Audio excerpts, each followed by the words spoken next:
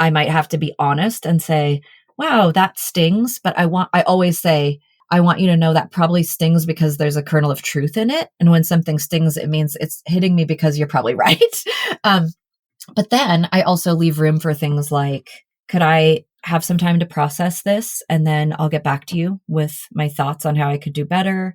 Or I might be really honest that, I'm going to need a day or two. And they have been great about that because I set it up early. Like, hey, sometimes something you say might be really true. It might be something I need to fix, but it might sting a little. And I just would love space for that. And what's great is they've seen me offer space for their feelings over the years. So they're more than willing and gracious to offer that back to me, but we've set the tone for that because mommy needs a minute sometimes.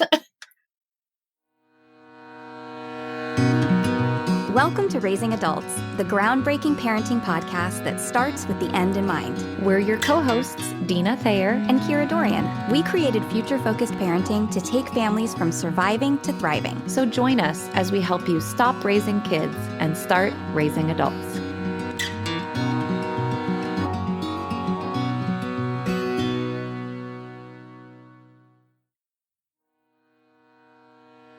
Are you a working mom in the Seattle area? Are you feeling overwhelmed and overloaded? As working moms, we want it all. Career, home, family, friends, health, a nap. But actually having it all is a lot of work, more than any one person can handle on their own. That's why we're so excited about this brand new service founded by a working mom with 4 kids that's going to help moms conquer their never-ending to-do list so they can regain some joy and balance in their lives. How can it help? There are quite a few ways this service can help moms. First, it can help own and manage your schedule, so your schedule doesn't own you. It can help with those pesky home maintenance to-dos that you keep putting off, stuff like researching local pros, compiling quotes, and comparing products. It can also help with keeping up with kids' needs as they grow, stuff like making sure they have clothes that fit, toys they love, and books they can't put down. It can help you put the focus on yourself, at least some of the time, finally making those self-care to-dos a priority and find a little more balance in the busyness. Even help with planning the fun stuff so it becomes less of a chore and more fun.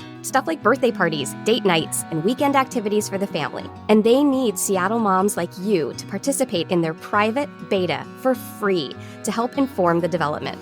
Are you interested? Go to yolabs.com/beta. That's YOLABS.com/beta, BETA. The service is normally $100 a month, but you can be among the first to try it out totally free. Only 25 spaces are left in the Seattle area, so hurry and sign up today. Hello, future-focused parents. Welcome to this episode of Raising Adults, and a special welcome if you're new and joining us in season 5, or if you've heard about us on another podcast and popped over. We're so glad that you're with us. Thanks for joining us today. We're going to dive in a moment and talk all about inviting feedback from our children and how that informs our parenting as we seek to be proactive and intentional. But first, I really owe you guys who've been following along this year a little update on my July resolution because it's the end of July and I never talked about it. Yeah. So here's what I have been doing and I'm almost done with. But I did a more practical one this month that wasn't like some big behavior change. So I did something around my diet. And what that was is my daughter is vegan and she's been vegetarian for 7 years. So I joined her this month in not eating meat. And then the other thing I did was all my dairy and eggs, because I am not interested in being vegan. I can't live without cheese, was responsibly sourced. So I actually did the research to find out where are, there are chickens that have like out in the field laying their eggs naturally and have been treated well, and pasture raised things and butter that's, from grass fed cows that are humanely taken care of and things like that. So that was what I worked on. And it was really great. Like, I'm glad I did it. Will you please send me that list? Of course. And I think it was also fun to just enter into Sienna's world a little bit because you guys, now I might get hate mail, but if I'm being honest, I've always kind of viewed her as like, oh, it's so hard to feed Sienna. And then once she's home from college, I'm like, oh, this again, and I've done okay. I always make sure, like I've said, there's at least a side dish that works for her, whatever. I haven't totally worked around her. And that's partly just my parenting philosophy. I'm not a short order cook and I don't do that. but I've viewed it as, I've been a little begrudging about it, if that makes sense. Mhm. And so it really altered my attitude toward that, to Wow. see it as like, no, this is really a beautiful choice. And it's not really that Yeah. terrible. It's not that hard. Good for you for raising an adult who cares about that stuff. That's pretty fantastic. It was Well pretty done- cool to well enter done, into. Sienna. Well done. Yeah, Sienna inspires me to be better. Yeah, Hooray well for done, that. Mom. Well done, Yeah. Mom. as well. Good for you. Yay. Yeah. So how are you over there? We're hopefully not far from maybe being in the same zone soon. I know. I feel like maybe even by an episode coming soon. I'm excited. I can't wait.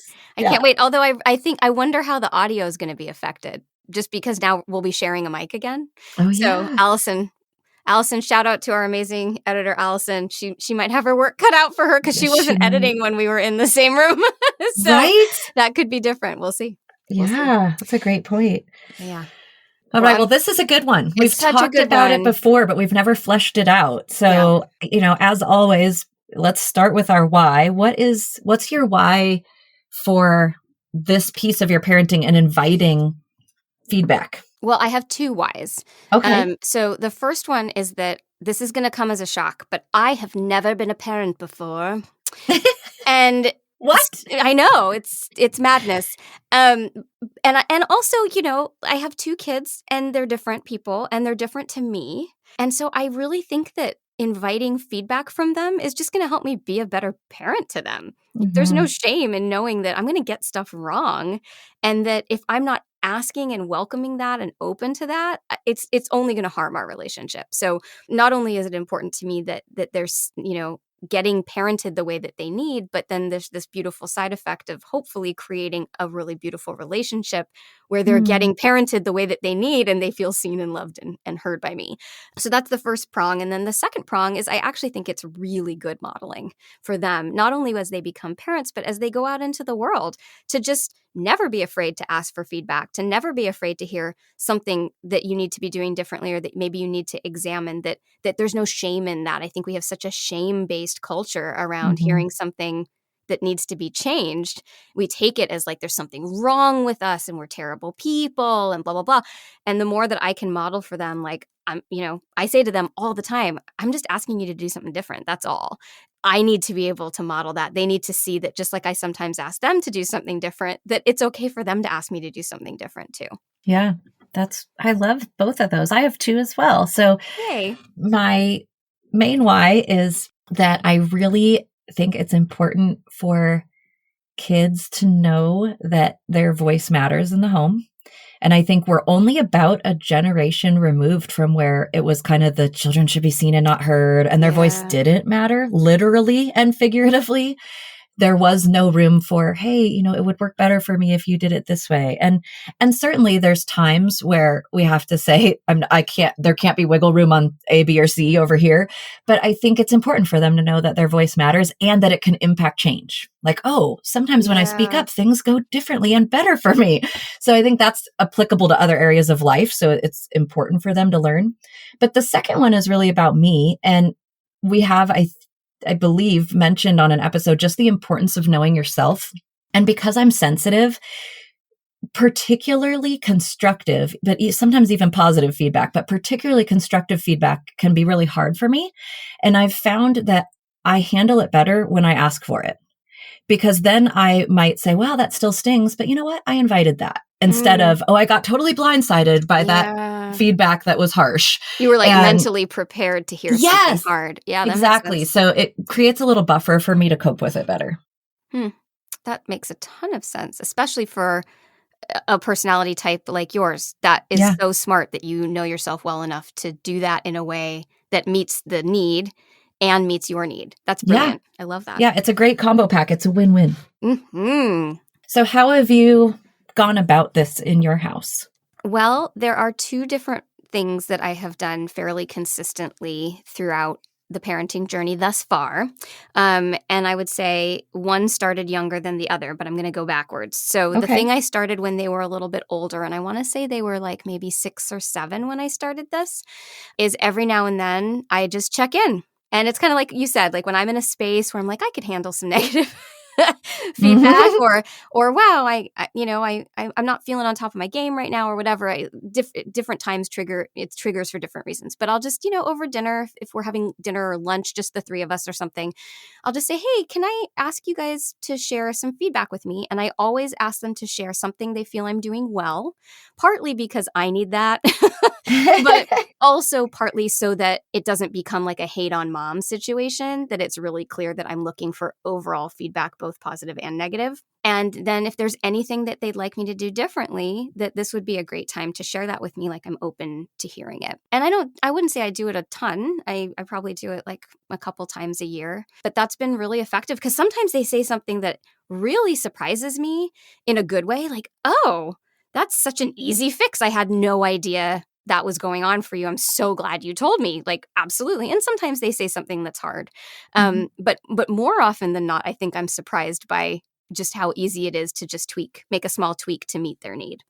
And then my second thing that I do is when I know something's gone really sideways, or I can tell like, wow, that didn't go well, I will often check in with them and say, hey, I'm curious if you can let me know how you'd prefer I handle that next time. Is there something I can do differently? I could tell that really didn't work for you. I'm not quite sure what to do. That really worked for your sibling. But I can tell it didn't work for you. Like, is there anything that you need from me to do that differently?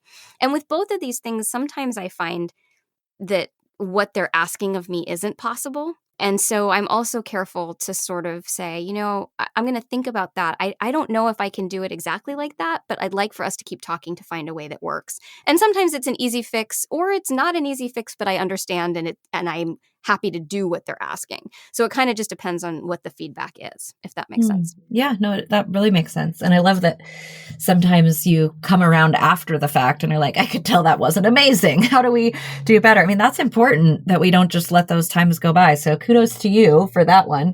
And I would say your first one is very similar model to what we do, where I just will periodically check in. And we used to do this in the car.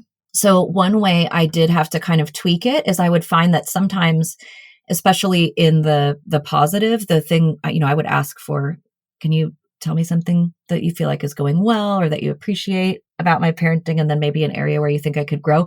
Is sometimes they would just say, oh yeah, me too. And so I started challenging them more with like, let's make sure your answers are different. And what that meant was, over time, we weren't in the car together anyway, but what it meant was I either needed to sit them down separately so that just couldn't happen. They couldn't just hear something and go, yeah, I'll piggyback onto that. Or I would give them the heads up.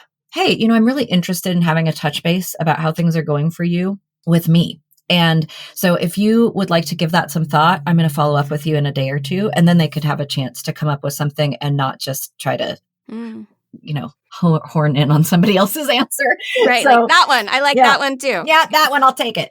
So otherwise, totally similar. I ask for something positive as well, just because I partly need that. And then I try to invite that constructive piece. And they usually have pretty thoughtful things to say. And there's been a few standouts that still have impacted the way we interact. Like, they were the ones who told me, I might have said this like years ago on the podcast, that I was on my phone too much. And still, I have such a heightened awareness about that when I'm around them. And it's made me a better person when I'm around anybody. And I just have been so appreciative for that. But that's just one example. But they really do pinpoint and kind of hold that mirror up to you sometimes in a way that's going to be, oh, wow, I didn't see that about myself. And maybe I didn't want to. But I think for me, especially, like I said, just being more tender of spirit, it's helpful if I've asked for the mirror to be held up. Then it's a little less ouchy. So that part's very similar. The other thing that I do, and I think you may like this with your mental health background and emphasis on EI and all of that, is I make sure that they know that there has to be room, even though I'm inviting the feedback, that I really appreciate and need there to be room for how I feel about the feedback. So a couple ways that might look. One is I might have to be honest and say, wow, that stings. But I always say, I want you to know that probably stings because there's a kernel of truth in it. And when something stings, it means it's hitting me because you're probably right. But then I also leave room for things like, could I have some time to process this? And then I'll get back to you with my thoughts on how I could do better. Or I might be really honest that, I'm going to need a day or two. And they have been great about that because I set it up early. Like, hey, sometimes something you say might be really true. It might be something I need to fix, but it might sting a little. And I just would love space for that. And what's great is they've seen me offer space for their feelings over the years. So they're more than willing and gracious to offer that back to me, but we've set the tone for that because mommy needs a minute sometimes. Absolutely. Oh my goodness. And I love that you've set that up in a way that takes care of your needs, but also back to that modeling piece is modeling for them. It's okay to have feelings about hard things.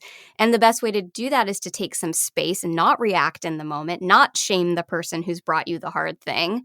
I mean, that's a fantastic thing to teach our kids and to model for our kids. So kudos really to you, my is. friend. Aw, thanks.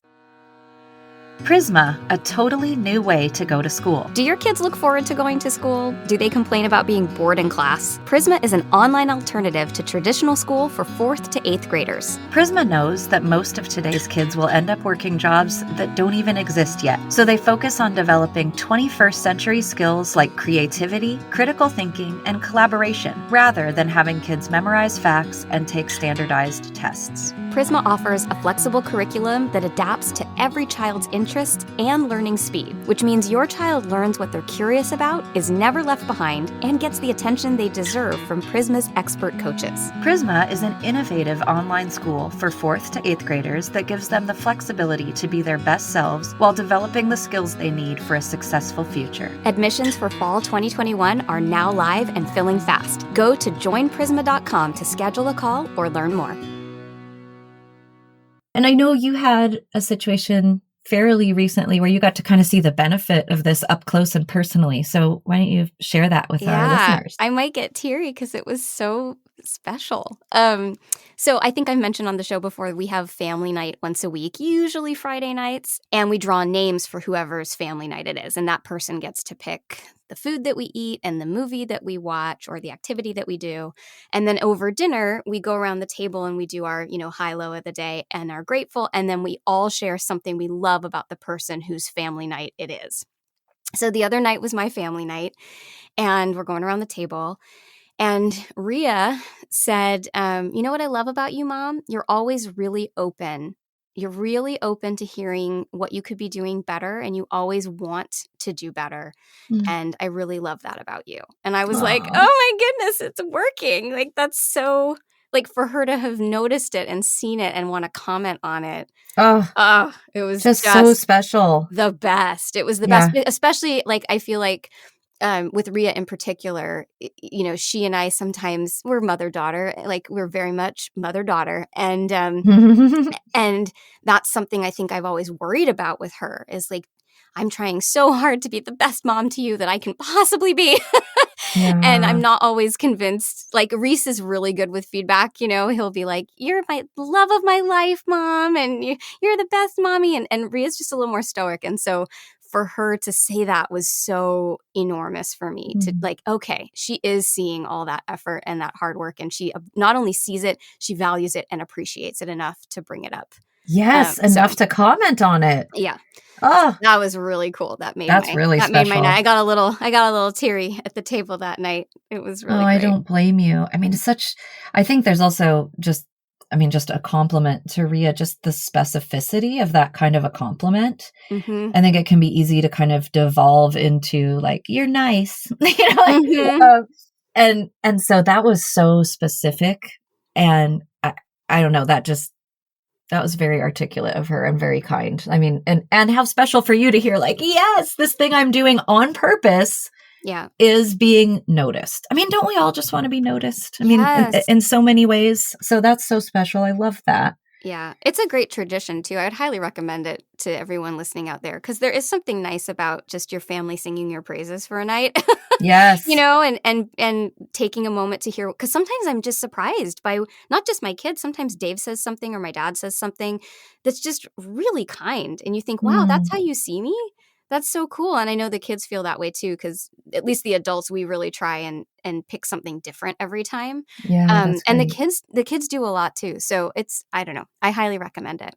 Yeah, I mean, I feel like I've very much missed the boat on this, and I would like to like rewind and because we did this, but only on birthdays. So whoever's birthday it was, we went around and said something we really appreciated about them. And I'm like, we could have been doing this weekly. I missed the bus. But but that's lovely that you did it like as they're growing and, you know, Yes. their day. I think that's so cool. And a lot of times it was really thoughtful feedback for that exact reason. It was like, here's a way I've seen you grow in the past year that I really appreciate. So yeah, it was special, but I really wish we'd upped the frequency. So what's it been like for you? I mean, especially since yours are practically grown. Well, one's grown and the other one's very tall. You know, how like what do they think about that now? And you know, have you had the same kind of similar positive response that I got at the table the other day? Yes. Although not quite like that and not so early. I think they took longer to come to appreciate this piece, but I know they did, even if they didn't say it. And I think there's kind of a couple positives that I've seen, and they're not always spoken, but one is I think it's made them more receptive to feedback because of the modeling piece you mentioned. They've seen their mom take it and sometimes be honest if it's ouchy, but receive it, invite it, be willingly a willing participant in a feedback session. And so I think that's helped them when I've maybe needed to give them some feedback. Which is interesting because of last week's episode and what you were saying about part of what you're looking for in that readiness. Absolutely. For No Rules by 16 is, are they able to receive feedback? So that's really cool that you're seeing a link between those two things. Yes. And I think it probably was that we'd built this in throughout, that then I could see that readiness in different areas, maybe sooner than I would have, because we had this kind of a dynamic. So that's one piece. But the other thing that I love is that even when we know that there's something we need to give feedback about that isn't going to change, because that's the reality, peeps. Sometimes you have to give feedback and it can't be changed. The response is still, we have set up an environment where it's okay to say, you know, I didn't love that. And why I'm speaking so slowly is I'm literally thinking as I say this so I can be careful. But what I mean by that is sometimes, you know, there might be a personality trait about me that like they know like this is just my mom and it's not going to get fixed overnight or maybe ever, but that it can be okay to say, you know, I know that's just you, but it came out in that last conversation and I really didn't love that. And I feel like they have the freedom to say that. And then so do I. You know what? As you're growing up, I'm noticing this, and I think it's about how you're wired, and I want to just honor that in you. But it came up in this way that hurt me, or this happened, and I didn't love it. And I appreciate an environment where we can say, you know what? Even if I know my saying this isn't going to fix it, that it's okay to say, I didn't love that. And again, that's for me, that's about honoring the feelings. And why I'm being careful around this is I do think it's also important to not be pointing out things people can't do anything about. Like that's not what I'm saying. In fact, we have a rule in our house. If it can't be fixed in 5 minutes, don't mention it. And so this is more for those deeper conversations. This isn't for the things that are off limits in our house. Like we don't talk about people's appearance unless it can be fixed. Like if I smell your feet, you can go change your socks real quick. Okay. That's allowed, but we're not going to talk about somebody's hair if we're out and about and they're not anywhere near a mirror and they can't fix it. And then they're going to feel self-conscious. Right. Like that's just been a rule for us. So that's why I was kind of thinking it through. I want to make that distinction. This isn't about those little things or an appearance thing. This isn't for that, but the room to say, I didn't love how this aspect came out, or that hurt me when you said this, to at least acknowledge that. Cause I think it's made me a better person too, to be able to say, you know what? Oh, you're right. You know, that part of me can be really hard for the people I love. Thanks for thanks for sharing that was difficult for you. And I'm sorry for the way that landed. It doesn't mean I'm suddenly not going to be that person, but I can own the part that hurt somebody. Does this make any sense? Oh, yeah. Well, Okay. and I think you've touched on something that is really important. Let's talk more about distinctions, because I think there's a vocabulary piece here that you're hitting on, maybe without even realizing it. Because what I'm loving is what I'm hearing is, I didn't love that, instead of you did this, or you made me feel, or you, right? That it's really about that person's experience. And I think especially with our littles, as we're coaching them, to also be teaching, how do you give the feedback, right? And how are you asking as the parent? Because I also really want to encourage parents to be careful how you ask this question, because of the message you could send. You don't want to say, what am I doing really well? And what am I bad at? Or, what's bad? Like, don't couch it in good and bad. We're talking about what's going well, and where are some areas I could grow, or where are some areas that I could serve you better, right? The way that we frame this is really important. And then when they're small, as they're giving the feedback, reminding them, when you share this with me, it would be helpful if you share what's hard for you or how it makes you feel, and you don't accuse me of something, or shame me with your words. These two aspects are really important beyond just the conversation itself, but for what we want to teach our kids. Well said. What she said, everybody. I picked that one. Oh, well, goodness. And this is, I love that you said that. You didn't even know this, but you segued into the quote I have. Oh, yeah. Because this one is more about the giver of the feedback. And we've kind of been talking about receiving it and inviting it. And I love that you said this also teaches them to give feedback well. So I don't know who this is. It's just initials, M-O. M-O, Mo, I don't know, whoever you are. You are a manager of a Fortune 500 company, it says. It's their MO. Yeah, it's their MO. But here's the quote, and it's to your point.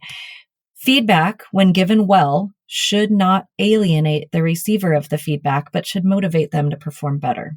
And that's really it. Like, when my kids land this beautifully, it actually just makes me want to rise into being a better mom. Yep. It doesn't alienate me. So you said that beautifully. Yeah. Do you want to kind of encapsulate what we talked about today? Sure. Into some takeaways for everybody?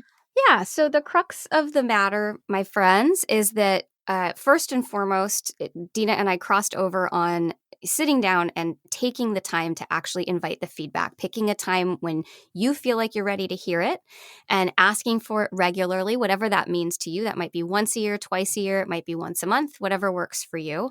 And when you have olders, even giving them a heads up, like, hey, I'm going to ask you about this, so that they have some time to think about it and be able to present it to you well. We talked about circling back if you feel like something hasn't gone well, and being able to ask, like, hey, how can I do that better? And checking in with them. We talked about using good vocabulary, and especially from those younger years, like being really careful how you frame this and using it as an opportunity to teach our children, how do you give feedback well? And there was one more, Dina. What was it? Well, also yours, beautiful, about following up if you've noticed that something maybe didn't go great, and then using that as a catalyst for the feedback, and then leaving room for your feelings. That was the one I missed. Leaving room for your feelings, making sure that you're also modeling and taking care of yourself. That, hey, that might sting, and that's okay. It's okay to share something hard. I might just need a little bit of time, but that what you're modeling is, I need the time, not you did something wrong. I'm going to need some time to think about that. And you're not lashing out or shutting it down, that you're taking the time that you need to be able to engage with it. And also letting them know that sometimes the stuff that stings is the stuff we need to hear the most. So they shouldn't be afraid of saying it. They just need to be aware that we're humans, and human beings have feelings about these things. Humans. That is true. We are humans. Well, thank you. That was a very concise summary, Kira. Hey, look very at me much go. Appreciate it. You are look amazing. At me go. Hey, and those of you who, well, even those of you who've been here from the start, but also to those of you who are new, we want to highlight that if you'd like a little bit higher level of involvement, and for those of you who are newer listeners, you might not know about this, but we have a membership program, and it really invites some deeper engagement, and we love getting to interact with you. So I just wanted to highlight that for you. You can become a member, and there's different levels, and it is so much fun. On the top level, Kira and I even do Q&A with you parents, and hop on a call together and let you ask some parenting questions. There's also a level where you have not that, but you have access to a video and audio library where we talk about parenting topics in like 5 minutes or less. We call it Future Focused in 5. There's all the way, anything you could want in terms of levels, you can peek into that on your own. But I just want to highlight that because if you're wanting more, or you want to maybe dive into some of these topics a little further, or you'd like some access to Kira and I for your parenting questions, we'd love to have you join us. You can visit our website, futurefocusedparenting.com, and just click on the membership tab to learn all about that. We hope to see you very soon. And if you are looking to make sure you don't miss an episode, be sure to follow us or subscribe. It does depend on your podcast platform, but we'd love to have you making sure that you're not missing any of the great content coming your way. And you can, of course, always follow us on social media, which we're now on all the things. So Facebook, Instagram, Pinterest at Future Focused Parenting, and on Twitter at capital F _ parenting with a capital P. That is not easy, but we're going to get better at it.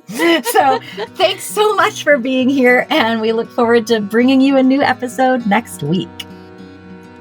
Raising Adults is produced by Kira Dorian and Dina Thayer and recorded partially in Kira's laundry room and partially in my coat closet. Editing by Allison Preisinger and music by Seattle band Hannah Lee. Thanks for listening.